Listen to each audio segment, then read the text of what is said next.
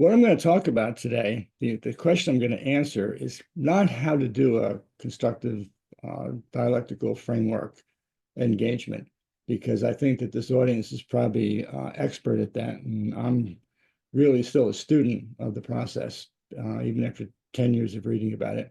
So this presentation will be looking at the problem of how to actually get in the door and get going, how you can effectively begin to get the job too. Little of what I say here is going to be original thought. I'm just going to make a partial list here of people I've read and studied with. I particularly I'm indebted to Otto Lasky. He worked with me for about 3 months on a practicum, which has been very useful for me. And this is a list of just some of the people who have been influential for me. And a lot of my learning comes from experience, which AK is learning from failures. So why is Michael's question important to me? I mean, I don't know if you recognize the title of this, the subtitle of the presentation. It's actually a quote from one of Michael Basich's books, Who Has Time for What Kind of Dialectical Analysis and When? And I've added the question why to the end of that, because I think that's important. And, it's important to me because I've been working on this for a long time, trying to understand how people grow wiser when they grow older. I believe that such understanding will lead to better lives and better organizations and better societies. So I think it's important. My tools are basically 25 years working in organizations, after which I spent 35 years as a consultant helping businesses grow, mostly by growing their leaders. I think even before I began to understand adult development, I began to understand that it was the power of the leader to think that made organizations work. And my ideas rest on that accumulated experience, trying, failing, trying again, sometimes succeeding. Never always sure why I had success in some cases and not in others, but I've been helped by many of you on this call who have written challenging books and in some cases have spent time with me. So I'm hoping that by sharing my experience, I'll provide some insight as well as maybe open up some possibilities for leaders, researchers, students, and practitioners. So that's my goal here today. So I typically follow a process that looks about like this. One, understanding in the beginning if there is a problem in an organization, because sometimes there is no problem. What to change, in other words, figuring out what the problem is in the organization, what to change to, where we have to go, what we have to get to be, and how to get there, how to work with the customer. And I think I bolded that how to work with the customer because this is kind of the meat of my presentation, how to do this. And the call to action here is to encourage you to apply these concepts and practices in your own consulting practices and organizational context. I think they are. I'm going to look at what I see in organizations. How do I frame that? Where do I start?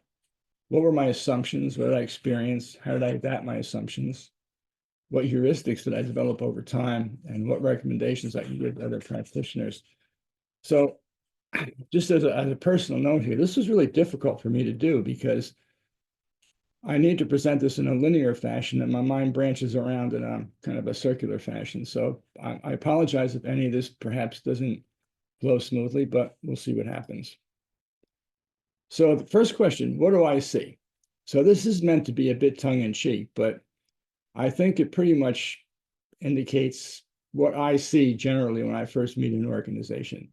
This of course, is tongue-in-cheek, but it represents the fact that many organizations have hierarchical structures that don't work.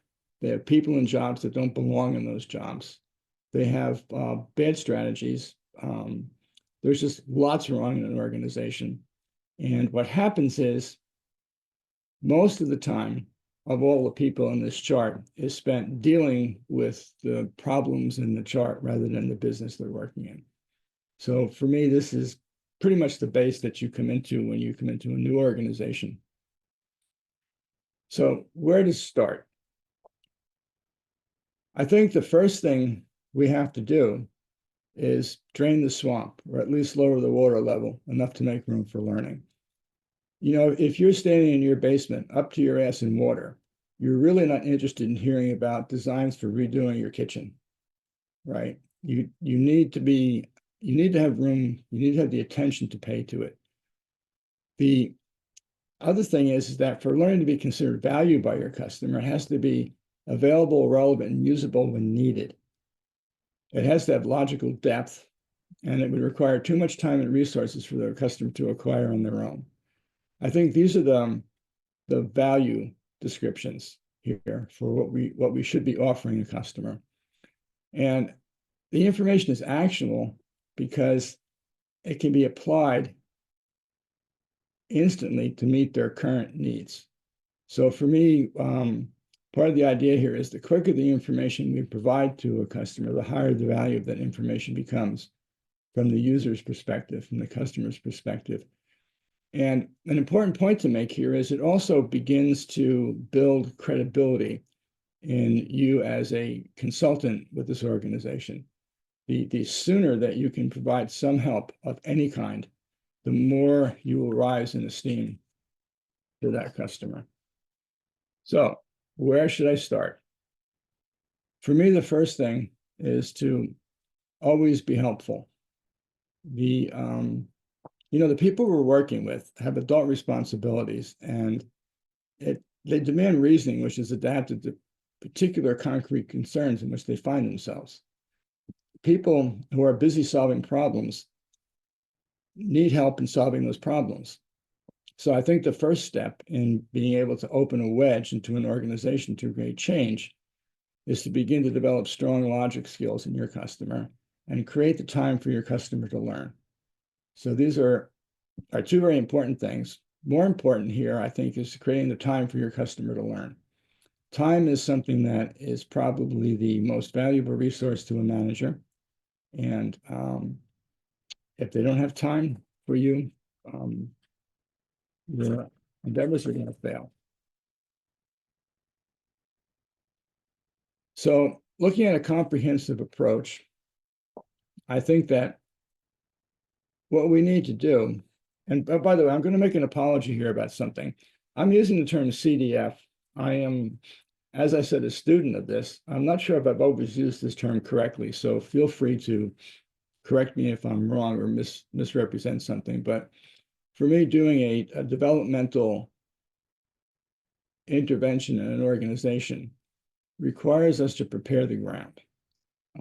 And that's best done with interactions with other organizational frameworks, like theory of constraints and requisite organizations. And the idea here is to create a comprehensive approach for developing leadership and improving organizational effectiveness. This is, from a business standpoint, really what's going to drive people to hire you as a consultant is going to be improving organizational effectiveness. If you don't know about theory of constraints and requisite organizations, I don't think this format is the right one to explain both of those, but they should become familiar to you. Knowledge is context dependent, so instruction needs to be with reference to meaningful contexts. The learning activities should provide multiple representations of content, and the instruction should be case-based and emphasize knowledge construction and not just the transmission of information, right? We don't want to memorize things. We don't want to give people rules. We want to give them the tools to construct knowledge when they need it. And the knowledge sources should be highly interconnected rather than compartmentalized. Explain what I mean by that, right? Introducing thinking concepts. Research shows that people learn more from exercises when they're shown two simulations and asked to identify the commonalities in those situations rather than having them do two separate exercises and analyze them separately. And this is part of what I was saying about context-dependent, meaningful context, and being able to construct knowledge from what you've learned. So if we've gone through some exercises and they are very specific, we might learn a rule. But if we go through multiple exercises and can generalize the rule from those exercises, we've gotten a tool within our customer's head. All right, so let's say that we've somehow managed to get involved with a customer, right? We've come to some form of agreement that we're going to enter into their organization, and our goal is to eventually begin to work on adult development, job 2, developing people. I think the first thing we have to do is introduce the concept of thinking about thinking. I think that it's highly unusual to go into an organization and find people who understand that you can think about thinking. It's just not been my experience, right? It's a foreign concept. So there are some tools that I use to do this. Requisite organization has a series of thinking modes that Elliot Jacks described, and they're very easy to understand. And they begin to form the idea in your customer's head that you can think about thinking, that there's a way to categorize it, that you can identify it. And by using that method, you can introduce something called time span, which is also a requisite organization model, which is a way of thinking about thinking. It's a way of judging how long a person can see into the future without supervision. And I think that the idea of how long you can see into the future is a function of how many different ways you can conceive of that future, which is beginning to become thinking about thinking, right?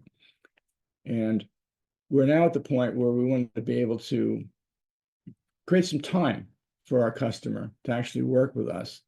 And there are tools in requisite organization for delegation that actually clear up a lot of the confusion in an organization, and if done correctly, will create enough time in your customer's world to be able to start thinking about working with you on developing people.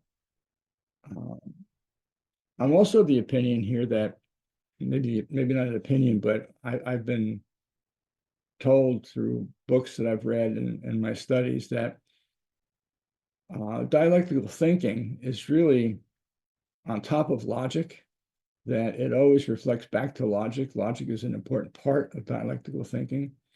And so I think that we need to develop in our customers a strong base in logical thinking. And there are ways through theory of constraints to do that, using logic trees to develop and describe situations, or using a tool called evaporating clouds to introduce dealing with conflict and contradiction. This may be the first time that your customer will actually be faced with looking at a contradiction and beginning to understand that contradictions are generally man-made, and that if we can understand any commonality between two sides of a contradiction, that we can begin to find a solution through it. So we begin here to introduce the idea of conflict and contradiction. And we're now ready to introduce what's called the RO managerial accountability hierarchy, which is a way of organizing the company in a way that puts people in jobs that they're capable of doing with very specific accountability. Again, another tool for creating time. Once this is done in an organization, many of the problems that are normally faced by managers go away. So if we've gone through this process, our customer now has the time and is primed for developmental interventions.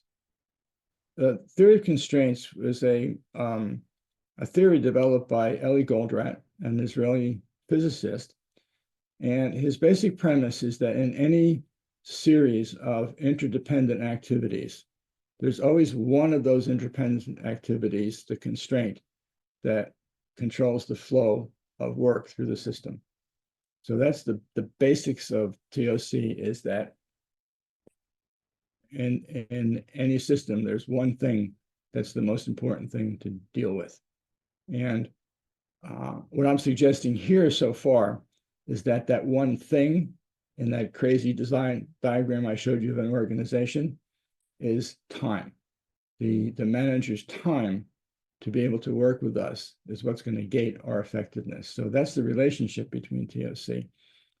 Logic trees work with being able to connect causes as either necessary or sufficient and link them together into trees. And the benefit of this is that most managers who are thinking about a situation or a set of problems are looking at symptoms.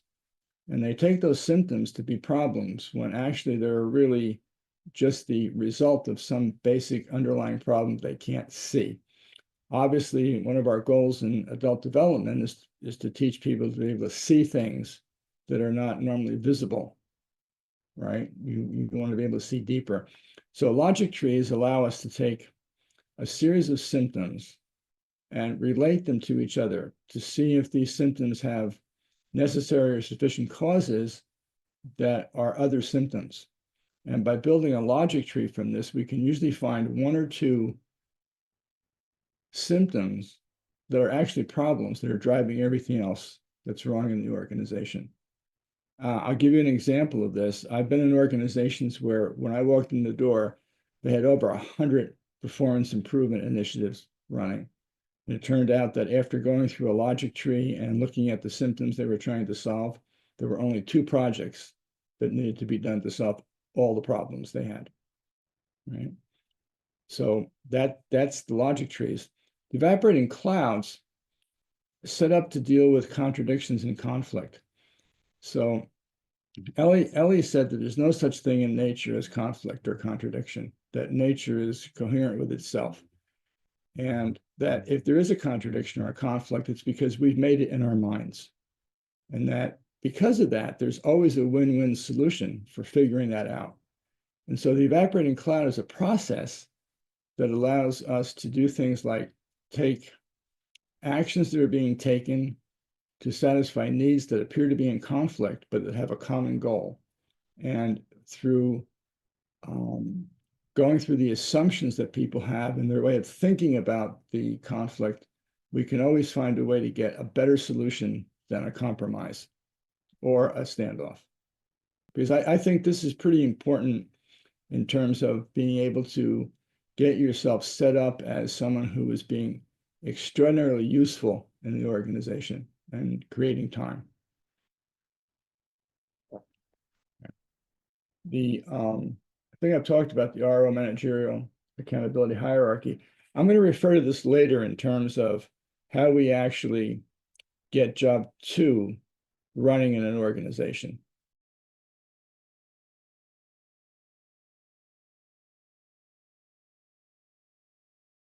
So this is a professor, not someone I'm likely to be talking to about an engagement. So it's kind of a hard question for Maria. My real answer is I wouldn't. I would avoid the conversation. All right, yeah. Because we're talking about beliefs. So if this professor believes that the IQ is the determining factor and that thinking is not a determining factor, the only thing I could do here in this conversation would be to begin to understand what might be a common goal here. So for instance, what's this professor's common goal with IQ? Is it for furthering education? Is it for making the person a better person? Is it for making them stronger thinkers? Is it for putting them in a position where what they're doing is satisfying to them? We would need to find a goal for this professor's viewpoint. And then I would have to look at my viewpoint and say, okay, is that my goal as well? And if it turns out that my goal and the professor's goal are the same, I think that then we have an opening for a conversation, only then. And at that point, I would begin to look at the assumptions that were being made by me and by the professor. I would list them, enumerate them, talk about them. And if we could identify even one assumption on either of us, our parts, that was wrong, then we could probably come to a solution, some form of agreement. So you put me in a tough spot there, Maria. I'm normally not dealing with professors and academics, but that's probably how I would do it.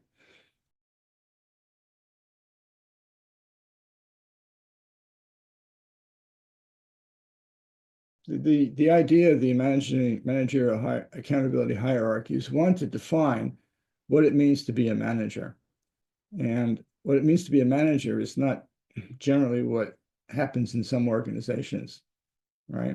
And you use the word responsibility, and I would prefer to use the word accountability in terms of, okay, I'm a manager. What do I have to produce? What are my outputs? What are my goals? Right? And that to me is the common goal. I'd be looking at, okay, I've got to produce this, and that would guide my thinking about what was happening here in this discussion, right? So that might even make it easier. If this were a situation within a managerial accountable hierarchy, I'd feel more comfortable dealing with it because things would be clearer.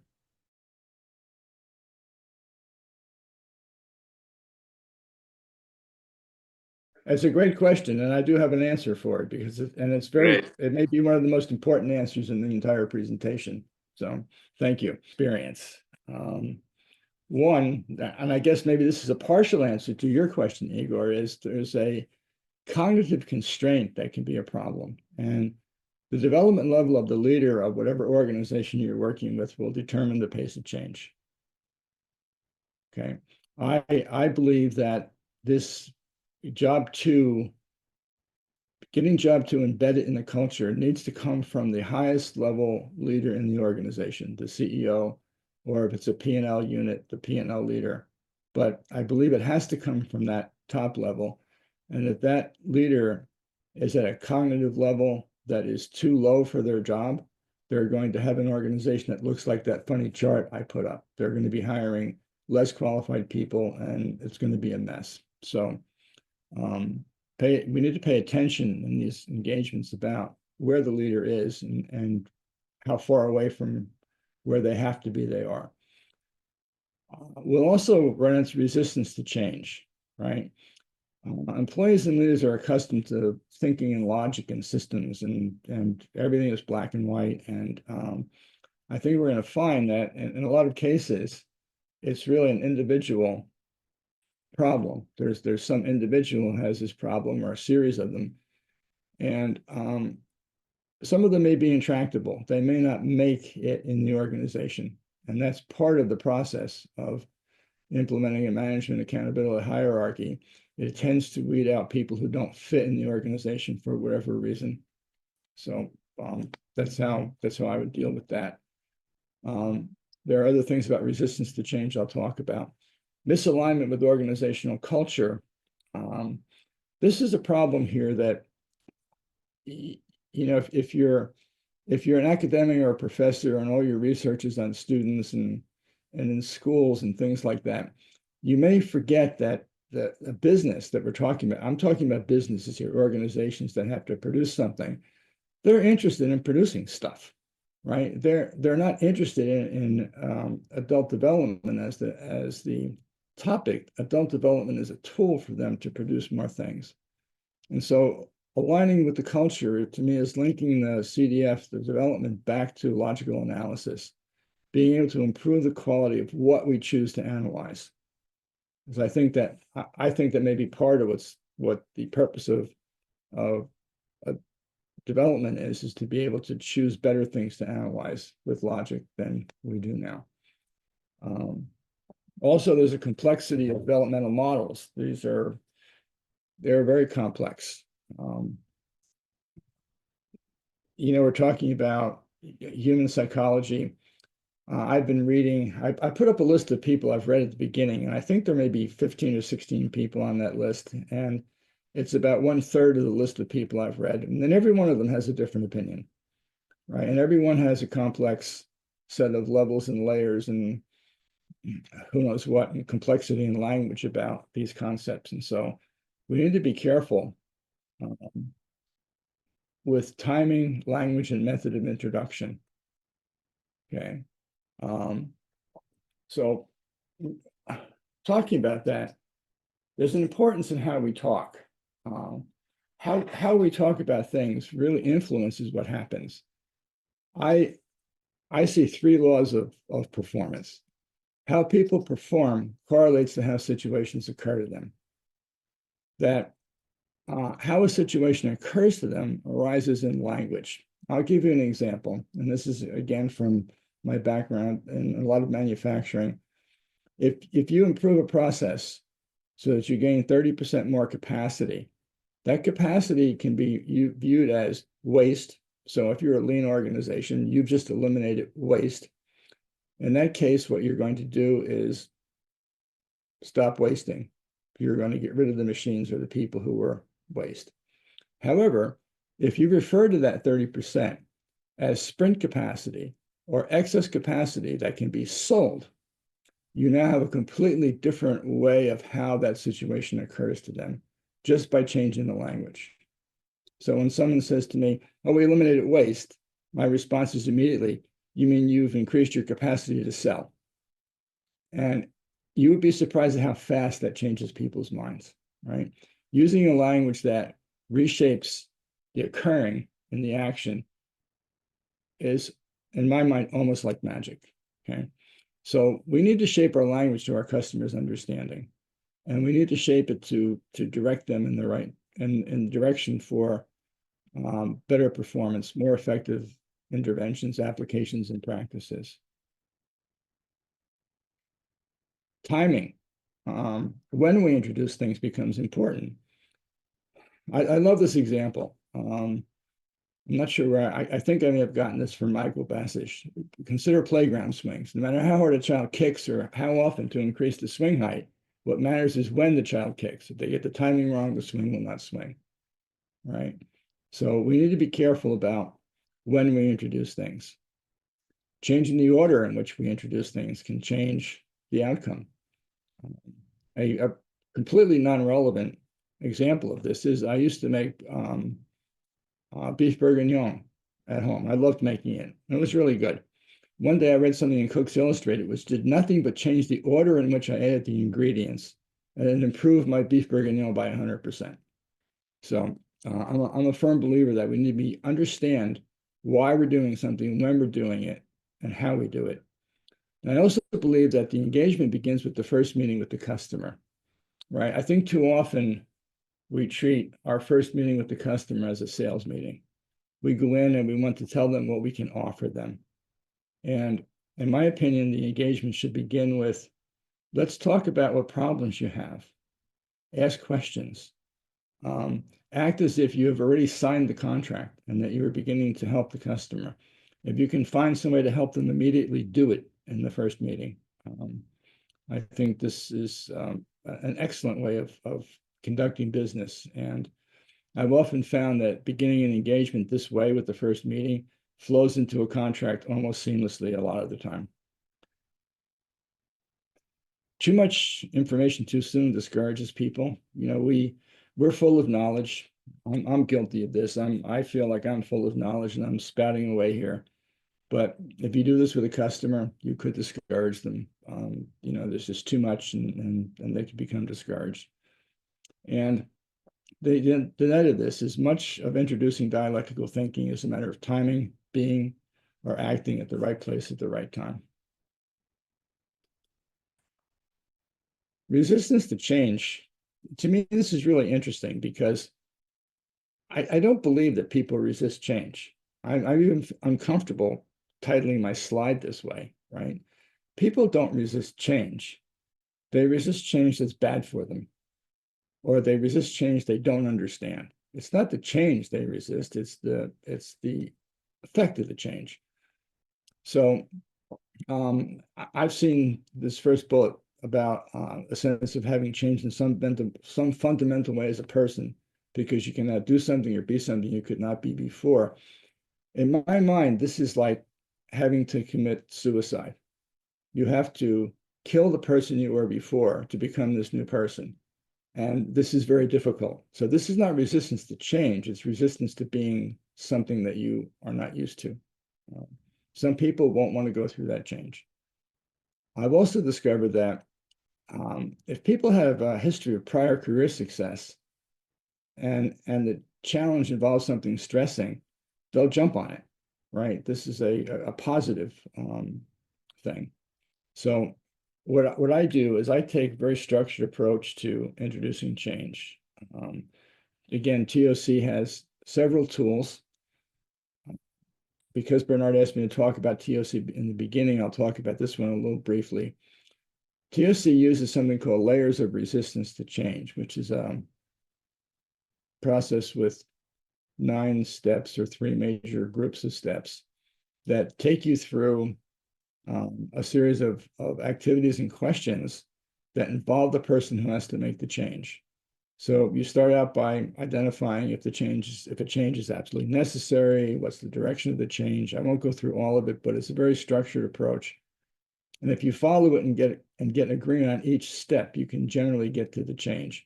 It may not be the change you started with. The power of this is it allows the person you want to change to input their feelings and ideas into what you're trying to do. And I think that in my experience, more than half the time, my idea was improved by following this process and listening to the people who had to make the change. I find that when you suggest that you want to do something and someone who's listening to you says yes, but the best thing you can do is be quiet, because the person who says yes, but knows what's wrong with what you're proposing. You need to be quiet. You need to listen. Okay. And change quadrants are, people think of change as you either change or you don't, right? They don't think about what the effect of the change is, as well as the effect of not changing. So not changing is an activity. It's an action just as much as changing is. And it has its problems and benefits. And so the change quadrants is another TOC tool that allows you to look at what the benefit to the person that you want to change is, what the dangers are going to be, what we call a mermaid, what they have to leave behind, and what we call alligators, what's going to bite them in the ass if they don't make the change.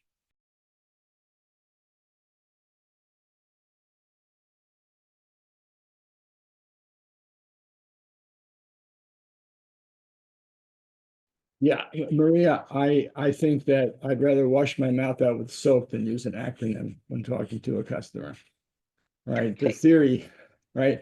What my approach to this is you do it, and you do it often enough, and you try to explain what you're doing in their language. I talked about that before in an earlier slide, and you wait for them to say, "Oh my God, I bet there's a theory behind this." At which point you can then begin to increase the pressure on their development, right? But I think you need to wait for them to ask you what the theory is before you start trying to explain it. Right. When when you're doing it, it's hard. When you're doing it, it's hard not to agree that it's working. Right? If it's working, it's working. So therefore, the theory must be right. A lot of people take the word theory incorrectly, right? Everything we do has a theory. Everything you do, you have a theory behind it. You brush your teeth because your theory is your teeth will be healthier. And you go to work because your theory is you'll get paid. Everything you do has a theory. We're introducing a different theory. We're not introducing theory as a thing. So, okay. More of what I experienced, skill gaps. I need to just flip the pages here. Some employees are going to lack skills, and this is going to be a problem. Hence the idea of introducing them to the things we just talked about, Maria, the way to deal with certain things. But 2 of the important skills that I find that are missing are active and proactive reflection, right? I think that part of what I try to do working with a customer is to get them to set aside time to do 2 things. One, when they're actually in the fight, to be able to take part of their mind out of the fight and think about it. right? To I guess you'd say take the emotion you're having, back away from it and look at it while you're in the situation. It's very hard for most people to do. Usually I do exercises like, okay, the next time you're in a meeting, you do have to pay attention to content because you're the manager, but pay some attention to the people in the room. How are they feeling? What are their, you know, what do you think about their answers? How do you think they're thinking? And then proactive reflection is set aside some time, half hour a week, to write. To me, writing is important. Set aside some time to just write about what you've done. Did it work? Did it not work? How did people react to you? Etc. So those are two skills I think that are important to develop in people. And I will tell you, it's real next to impossible. It's really hard to get people to sit and write. It just doesn't happen anymore. So good luck. The other thing is short-term focus. Again, we're dealing with organizations here, and many of them, at least the ones I deal with, are being driven by their quarterly reports and their stock prices. And these things are extremely important because many companies are using their stock as collateral for things. It drives bonuses for people. I think we have to keep in mind that anything we can do to enhance short-term benefits increases our value in the mind of the customer. And that's why I recommend using quick results from TOC and RO to begin to get some fast benefits. Measurement and evaluation. Again, we are, I say we, I don't mean, I'm not included in this group in terms of we here. There are people here who do research, and in research, you're interested in the effects of the developmental process in the people. The organization you're dealing with is interested in the bottom line. What happened here because of what you've done? So we have to be careful to remember that as we're looking at what we think our successes are. Our successes have to show up at the end of the chain, so to speak.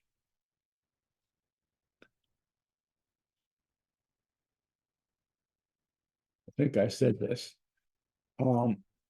Here's something that I found interesting. Finding an asynchronous mechanism, I use a product called Roam, into the reflections of my customers has been extremely helpful in both, one, evaluating the thinking of my customer to guide future interventions.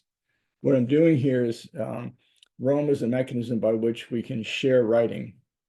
It's a graph with that's very connected, and my customers can do their reflection in Roam. I can read that reflection, and I can make an evaluation of what they're thinking and guide their thinking through things like mind-opening questions and directing them. I can also use that to judge the effectiveness of my past interventions. Has what I've done worked in any way? Am I seeing anything? And it also respects the customer's time because, rather than say visiting the customer once a month for a week and spending lots of time with them, this allows the customer to do their reflection and writing at their own speed, at their own time. And it's very easy for me every morning to pop into my customers' Roam graphs and see what they're thinking and respond if I need to. It's also very effective for my time. And it actually cuts the cost of an engagement to the customer way down, which may not sound good because you're in this to make money, but it allows you to conduct many more engagements at the same time. So it's kind of a TOC concept here. If we only have to spend 2 or 3 hours a month with the customer and a few minutes in the morning, we could probably deal with 10 customers rather than just 1 or 2.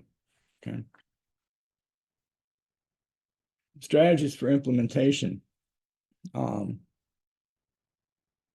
think we talked about this, building experiences, doing things with people so that they see what's going on. Pilot programs at senior management level to demonstrate the effectiveness of these interventions in a safe to fail environment. Once we get the senior management to understand what's happening here and they see the changes with their direct reports, they begin to model a behavior that their direct reports see the effectiveness of, and can be encouraged to transmit that model down to their direct reports. And to me, this is the beginning of the mechanism for getting to job 2. Once we start with senior management understanding how to actually be a manager, run the organization, do effective delegation, and train their direct reports to do it, and train their direct reports to train their direct reports, we're beginning to build the chain down through the organization that provides the mechanism for job 2. We need to make sure we're aligned with organizational goals. So whatever we do has to support their goals, because in reality, it's the best reason for the customer to spend money and time with us. Right? And facilitating cross-functional collaboration. I have a concept that I call the crazy dancer. I don't know if any of you are familiar with this concept. Does anybody recognize crazy dancer as a concept? All right, so there's this video. It's a big field, lots of young people in the field. They're very casual, almost looks like Woodstock. And suddenly this guy, dressed strangely, stands up and starts to do this crazy dance. And for a while, no one pays any attention to him because they're probably all stoned or don't care. But eventually somebody else joins the dance. And now there are 2 people dancing. And within 5 minutes, the entire field of thousands of people are doing this crazy dance. So to me, facilitating cross-functional collaboration in my mind is like, my keyword for that is crazy dancer. Get someone to be successful and then have them do a crazy dance. Developing measurement tools. This again directs my thinking to improve productivity. I know that as researchers, you're interested in how the initiatives are improving the thinking of the people, and that's interesting to you.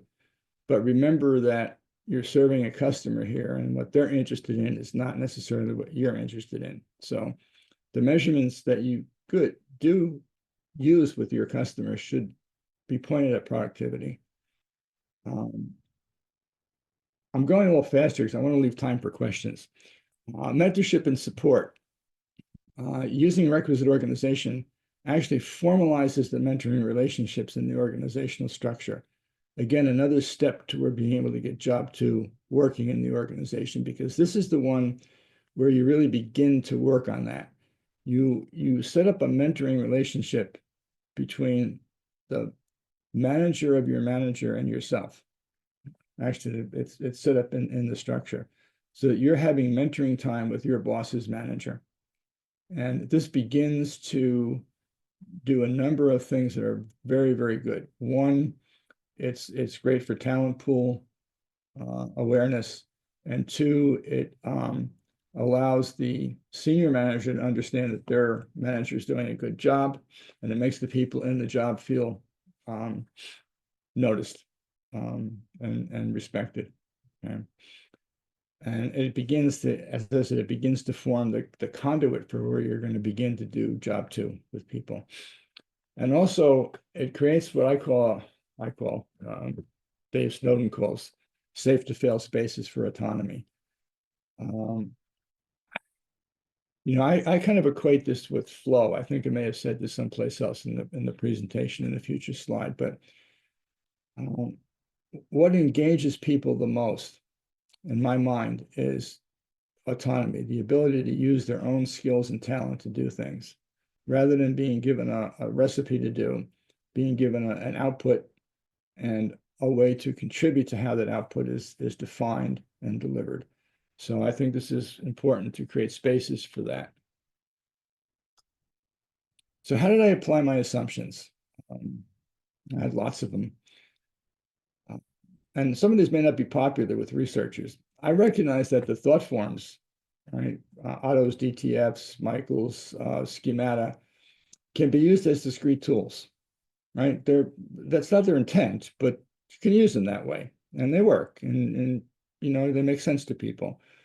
And that I recognize that doing that long enough and often enough, the automatic sorting and mixing of those thought forms comes later, almost as a revelation to the people you're dealing with. Right? You get them used to thinking in certain terms, and suddenly things start to come together. Where this drove me was And instead of doing all this reading and trying to become an expert at this myriad assortment of X levels, N positions, orders of consciousness, 28 DTFs, 23 schemata, etc., I began to use Lasky's DTF 28, which is the transformational kind of endpoint of his thinking forms, as a diagnostic, right?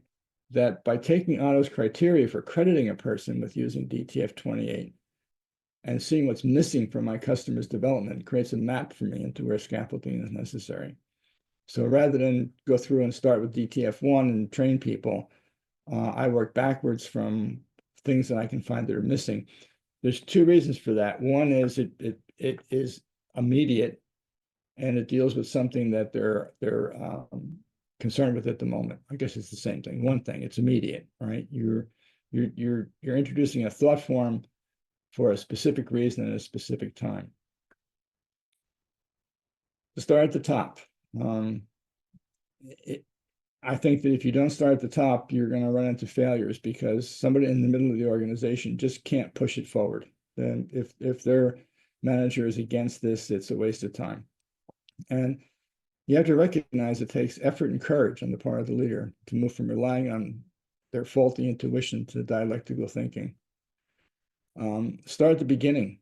The pressure to solve daily problems interferes with the reception of new ideas. I use something, may not be original. I think of it as a plumber, doctor, mentor at senior management level relationships. And I think I have a slide that talks about it. If not, I will go back to it. And the other thing is capability is a combination of infrastructure and developmental scaffolding, right? We need to do both. And, you know, when I look at hierarchy and bureaucracy and how people think about it, I changed that in my language in talking to people is into hardware and software. The hardware hierarchy is the structure. It's the hardware. Bureaucracy is how we use the structure, which is the software. And whether we like it or not, organizations that are run by bureaucracy, we should get it right. If we get it right, it works really well. Again, asking the right questions in the right order promotes development. There's no better way to test a presentation than to give it for the first time, right? It's one of my favorite statements from Ellie Goldratt. It's better to be approximately correct than precisely wrong. And it emphasizes the importance for me in focusing on practical solutions and meaningful improvements rather than getting lost in precision or perfection. You know, I look at a lot of the things I read and they're about evaluation and scoring. And I've taken to just skipping those chapters because I think that anybody who's done this for a number of years can get really close approximately to where people are without going through the torturous process of coming up with a 3 decimal point score. Be an example. You need to be an example, and your customer needs to be an example. You can't be saying one thing and doing another, and the person you're mentoring can't be saying one thing and doing another. You need to remember the concept of scaffolding, small steps, just a little beyond their capability with some coaching.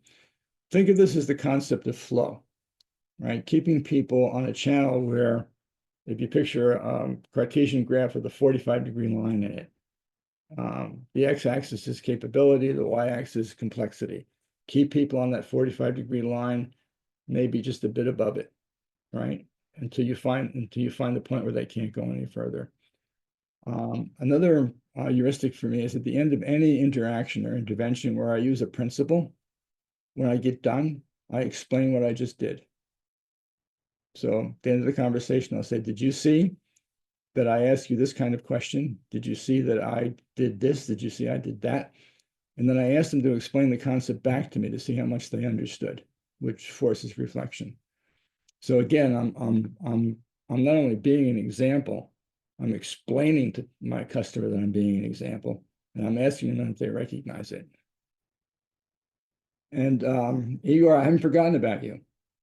To me, customer selection is the largest determinant of success, right? It's like the reason that elite colleges is because they select good students, right? So it's criteria is important.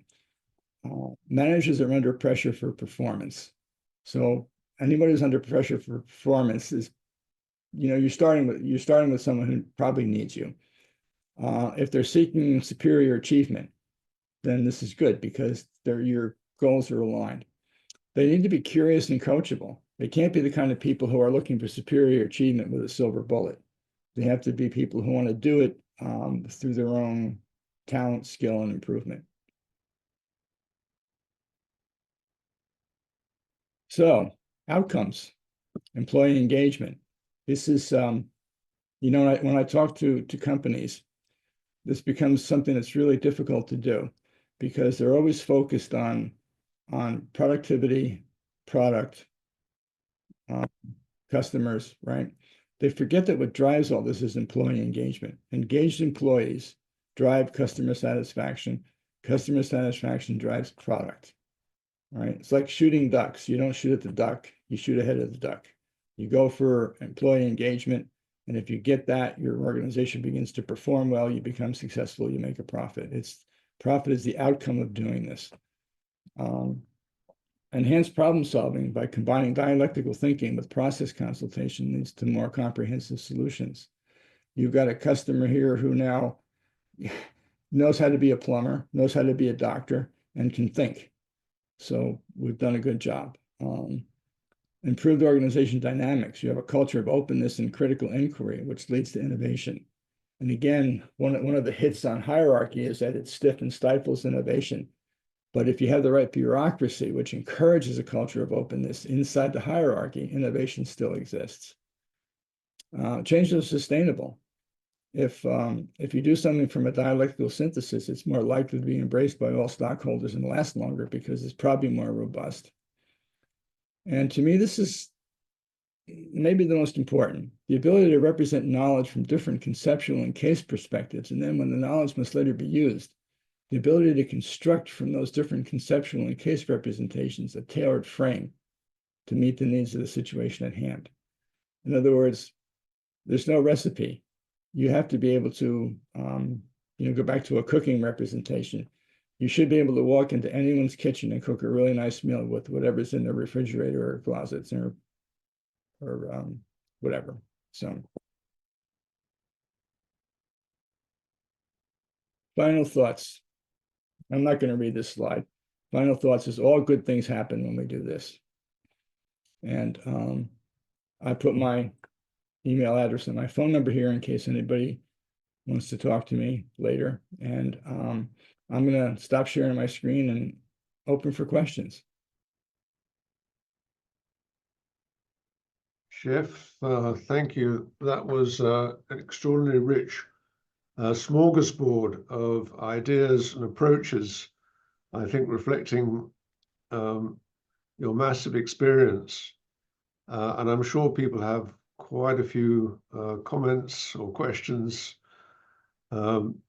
Themes that perhaps you didn't touch on so much that might be interesting to explore as well. The political dimension of dealing with an organization, cultural differences between organizations. We've got a kind of pan-European audience here.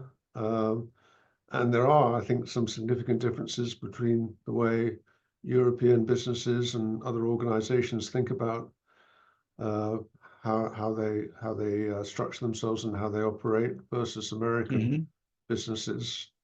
And lastly, exactly what we mean by a CDF intervention. That to me is not entirely clear. I can think about a CDF informed intervention, but a CDF intervention itself, I'm not sure there is a precise vehicle there. Yeah, well, I think I apologized in the beginning if I've misused terms. This comes, Nick, from a question that someone asked of what would be the criteria that would cause a company to want to hire a CDF consultant. So I just took that to mean that there was something like called a CDF intervention since the consultant was offering it. So I don't have any good explanation of what that means. I know that may not be a satisfactory answer, but there it is. The other two things, the physical size. The physical size is always the same to me, Nick. It's the CEO and their direct reports. This is, in my mind, businesses are 85 to 90% identical, with 10% being their specialty. And the 85 or 90% is, to me, contained in the senior management team and how they run the business. So I've worked with companies like JM Family Industries in Florida. They had their $8 billion annual revenue. When I started working with them, I think they're up to around 15 billion annual revenue now. 5 states, employees all over the place, private jets, yachts. I dealt with 5 people. And it filtered through the organization, as I described in the presentation, by pushing it downward. So I don't know if that answers your question, but to me, the physical size of the organization doesn't matter that much to me. I think the same principles apply. Right? Culture, man, I am not an expert on this. I left that to last to give me some time to think about it. I would probably have to ask a lot of questions to discover what the differences in the culture were that I had to deal with. All right. I can't think of any better answer than that. I don't know if that's satisfactory or not, Nick, but Thank you, Jeff. I'm keen to throw the floor open. I think I must have slurred my words. I meant political, not physical.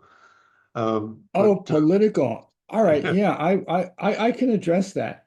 Politics is rampant in an organization, and politics is not all bad, right? It's this is going to sound trite, but it's only bad politics that are bad, right? Politics is the idea of you pushing for the things you need to get your job done, to come up with ideas, to have thoughts, to begin to form coalitions in the company to get things done. It drives innovation. When it's bad is when it's done for self-aggrandizement and self-profit, right? And part of requisite organization, one of Elliot Jacks's criteria he calls negative T, which are negative personality traits. And in a full-blown RO organization, you probably will not find bad politics.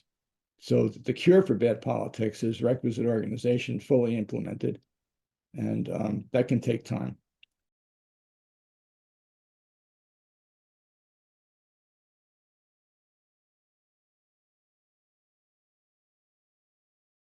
I do. The top management is extremely important. And in almost every instance of an engagement I've had that was successful and had a change at the very top level, the CEO, the new CEO brought in their own team of people, their own ideas, and instantly dismantled everything I did. I don't know what to do about that. I have no answer for that, because one, the new guy won't want to talk to me. You know, I can picture the conversation. The new CEO comes to the board and says, "Who was that idiot Jeff, and what was he doing? I'm getting rid of him.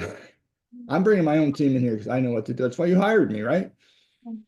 Now, on the positive side, I have seen where lower down in the organization, and I mean really lower down, where people are working, you know, doing production work, actually producing the product that the customer delivers.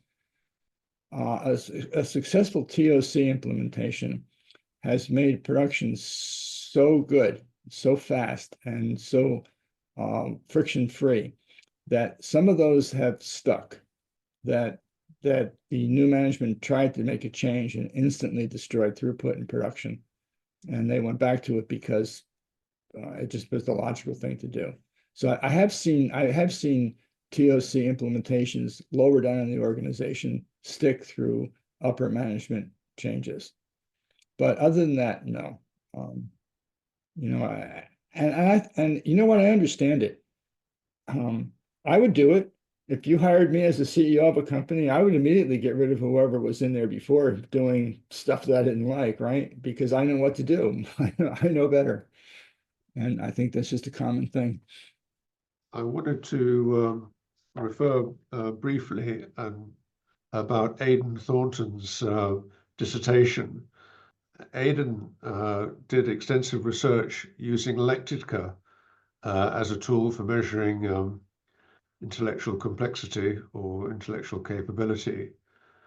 And he found that there was a relation between people's managerial competence and their level on the Lectica measure of intellectual capability. But he found that there was no relation there in terms of where they were in terms of their social emotional development and their ability to solve problems in the organization, which runs a little bit counter to CDF ideology.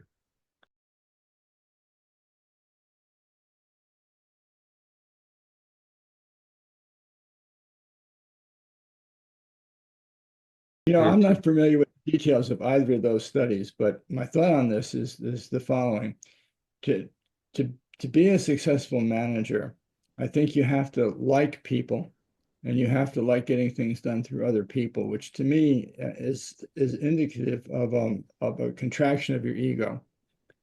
And so I think maybe there's a difference here between whether you want to be a manager and the complexity of being a manager. I think there's two things. You have to have the capability to handle the complexity, but you also have to have the emotional aspects of wanting to get things done through other people and actually liking other people.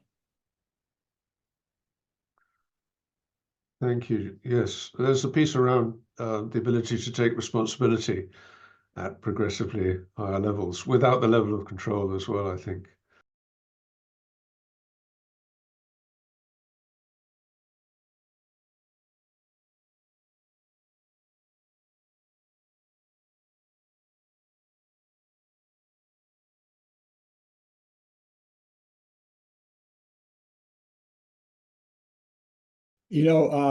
Ursula, I love your messy middle comment. I like that. I'm going to steal that, the messy middle. Two things can be true at once, right? You have to start with the CEO. That's true. You can also start in the messy middle, depending on what the situation is like, right? I've had customers who are not the CEO, but have enough power in the organization to be able to do this, right? And also the courage to do it, even if it means flying a bit under the radar from time to time. So again, my use of the word CEO here really could be translated to someone with enough power near enough to the top of the organization to push this downward. So, two things can be true at once.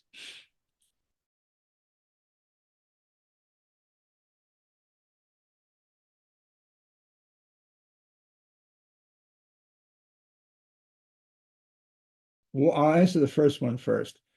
Family businesses are just too much trouble. The power structure in a family business is incomprehensible and unpredictable and usually a problem. So I will not work with family-owned businesses.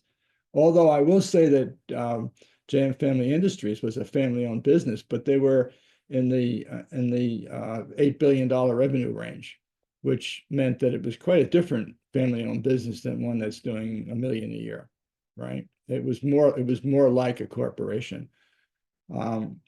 There are certain organizations in which these things that I talked about don't actually work. Things like law firms, which are not really companies, they're partnerships. These ideas don't work that well in partnerships.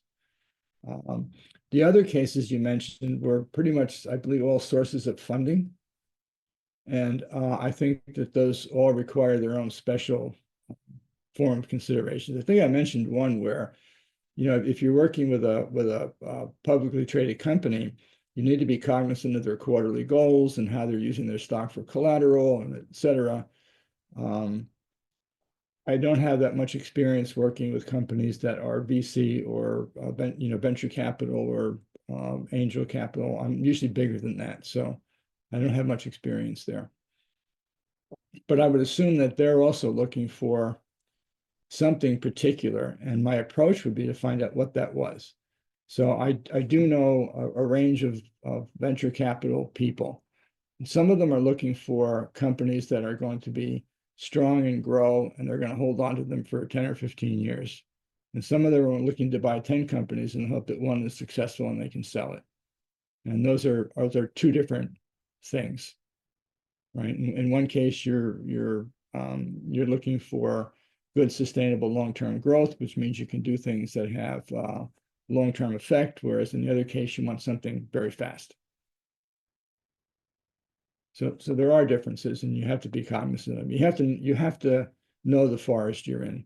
Do you ever find yourself kind of hitting a brick wall when you start to introduce requisite organization and Jax's ideas, which in some circles seem to have been kind of quite heavily criticized? Uh, Jax seemed to place a limit on people's capability. He had a very fixed view of that. He Mhm. had rather, I think, a very kind of systematic framework for evaluating people's thinking, which never really made sense to me. He talked about declarative Right. Yeah. processing, cumulative processing, serial processing, and parallel Yeah. processing at different levels of abstraction. Never really made much sense to me. It just seemed to me that thinking is far more complex than that kind of formula that Jacques produced. Yeah. Well, it can be requisite organization can be seen as very divisive because of the things that you mentioned.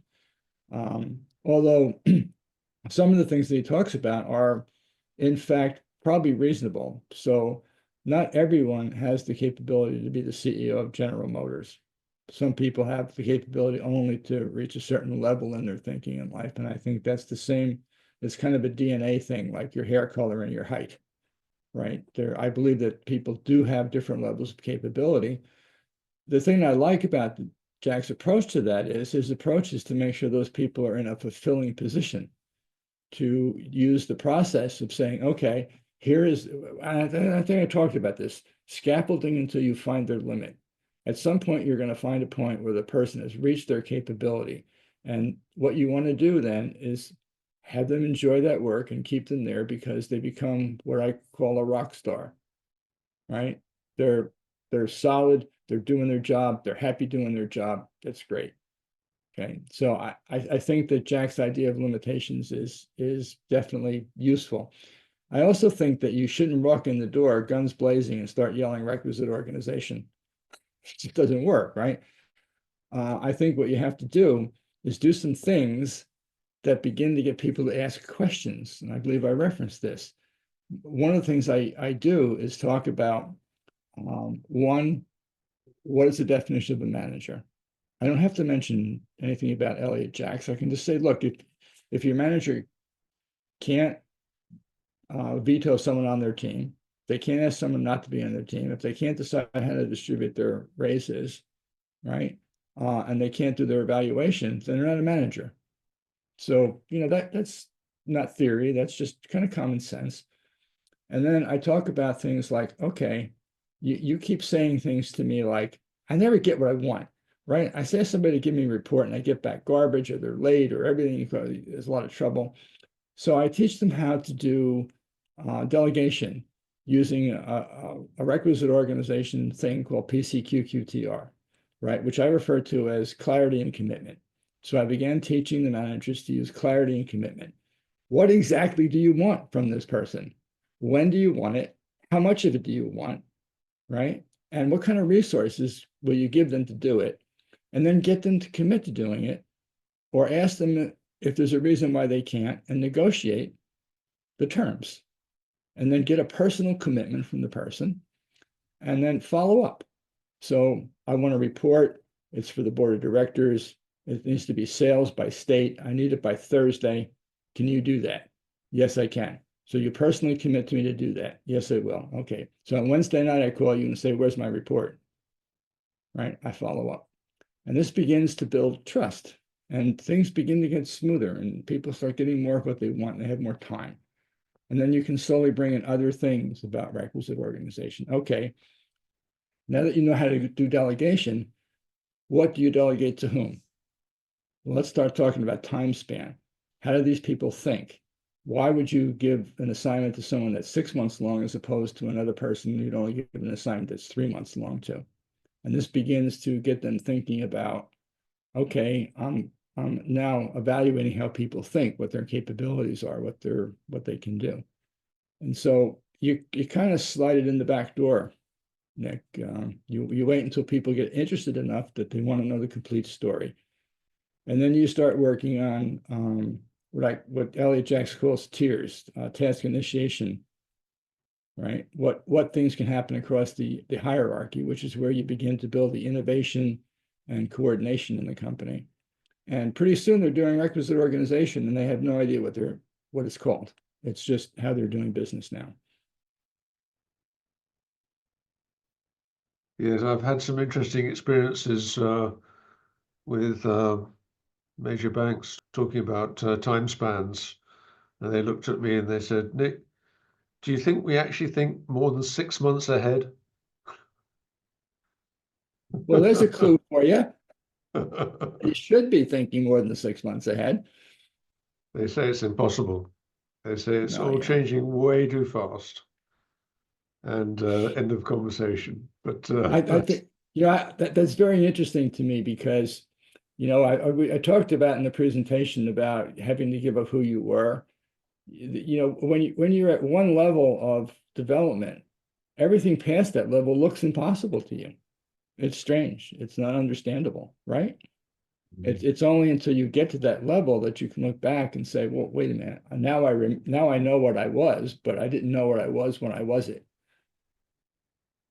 I don't know if that makes sense, but it's one of the things that I do with the customers. I'll ask them from time to time how the world looks different to them now than it did 6 months ago, right? And I listen to the answer, and that tells me a great deal about whether I'm being successful or not in developing their thinking.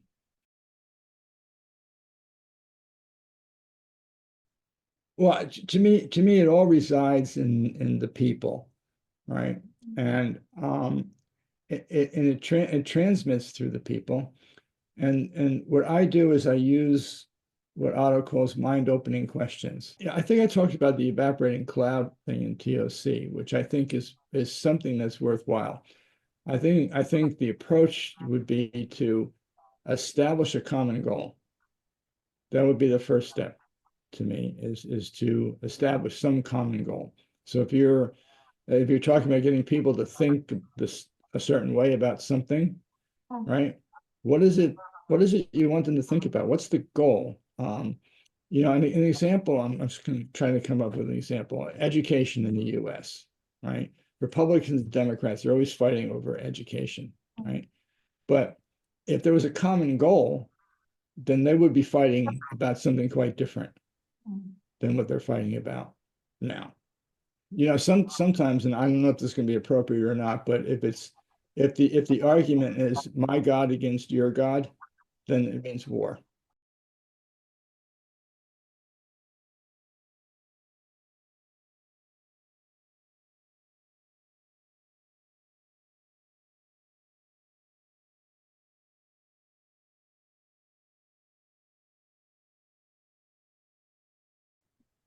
Well, most of my work is with individuals. I've done some teamwork. I did something recently where I had attended a practicum with Otto Laska, and it was interesting, and I learned a lot. And I used that format to teach a group of 15 senior managers in 3 different cohorts. I put people together from different areas, and it was too technical and it failed. So, this led to me to think that team instruction on abstract things before there's a place to use it is pretty much a waste of time, right? So most of what I do is, I'm going to phrase it this way: go where I'm needed. Every once in a while, I'll be asked to attend a meeting or to help facilitate a discussion. I've done some work using analytical hierarchy process, decision making. I don't know if you're familiar with that. In terms of things like selecting enterprise-wide software solutions, and some of those things where the specific goal was to aid the decision, but generally one-on-one for me. Beautiful. Thank you for attending. Thank you for coming. And you heard the invitation of Nick. If you feel inspired and also want to share some of your work, please do. Can reach out to Nick or to me. I'm really happy to see how this Center for Applied Dialectics becomes a place where people come together and share their thoughts and engage in dialogue.